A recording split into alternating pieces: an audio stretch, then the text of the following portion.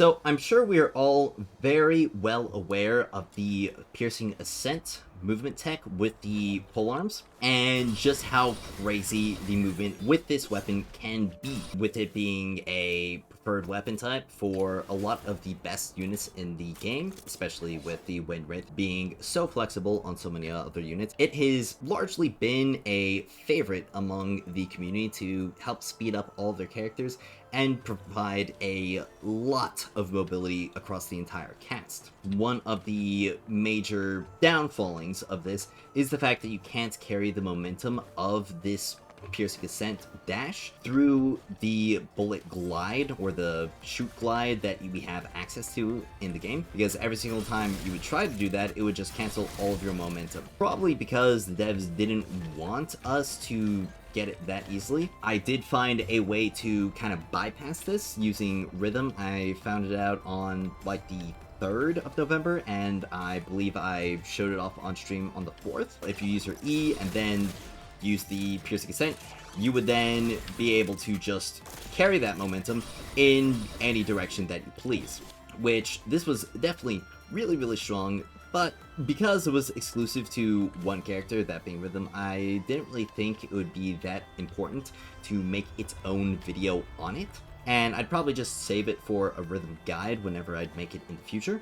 I am making a video today because I did find a new piece of tech that is applicable to the entire cast. So if we go to a character such as Lyn and make sure we have our piercing ascents, the only thing that we need to have in order to use this is a ledge of any kind. It could be any size, any shape, just so long as you are sitting on the edge of a platform and that there's not ground like immediately right in front of it. So what you're going to want to do is you're going to want to aim where you're going, you're going to want to use your charge attack, and if it works right, if you time it right, you will get sent flying. And there are certain sweet spots to it, so I believe I hit it right there, and essentially, if you hit that sweet spot, you'll go even faster than you possibly could have. Now, there is noticeable limitation of you only being able to do it from a ledge, but you would probably be surprised at just how many practical applications there is for this in just like regular gameplay when it comes to Duet Night Abyss. Obviously, if you're trying to get around the overworld really fast, that will help you, but with the abundance of teleport waypoints, I don't really think that most people are too concerned about that, at least unless they're just trying to have as much fun as possible. And if you are trying to have as much fun as possible, this is a very good way to go about it, at least in my opinion. I mean, you're literally moving faster than the bullets that you fire. If that doesn't really showcase just how fast you're moving, then I don't really know what will. But of course, an overworld showcase is, you know, only as good for the people who actually care about moving around in the overworld. So I decided to go ahead and show off some real examples and places where you would use this tech inside of a real mission. And I decided to pick the most traversal heavy mission in the game, which is of course Chase. And doing it solo, you have to move around the map a lot. I'm going to be moving around normally at first, but we can get into applying this movement tech very quickly. And I barely had any time to practice that, and that's where you would see a botched version of it.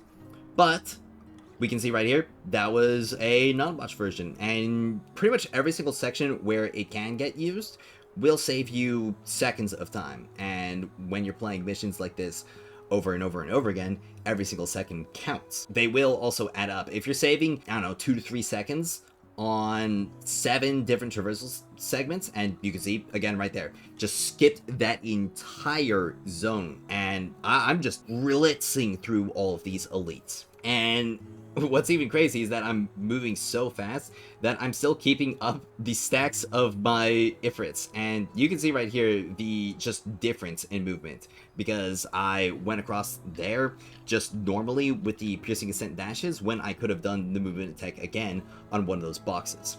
And we're going to be getting into the capture zone right here, so we can really just kind of skip past that real quick. We can see right here that you can just use it again. You can actually glide around that corner if you press your movement keys correctly, This right here is actually another spot where you can use the tech, and I almost forgot about it. So if I go ahead and show it right here,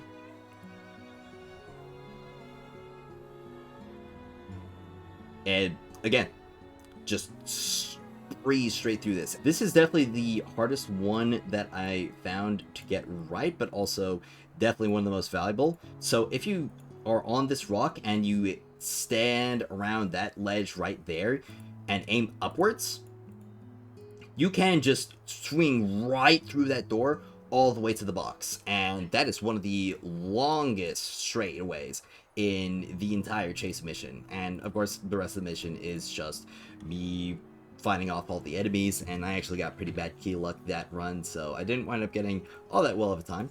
You can see just from that alone, there are plenty of real applications that you can make for this. Did also just remind me that yes, if you aim upwards, you can actually get some extra height that you wouldn't be able to have gotten normally, which can help you maintain your height on the map and maybe clear some ledges and gaps that you wouldn't normally be able to do.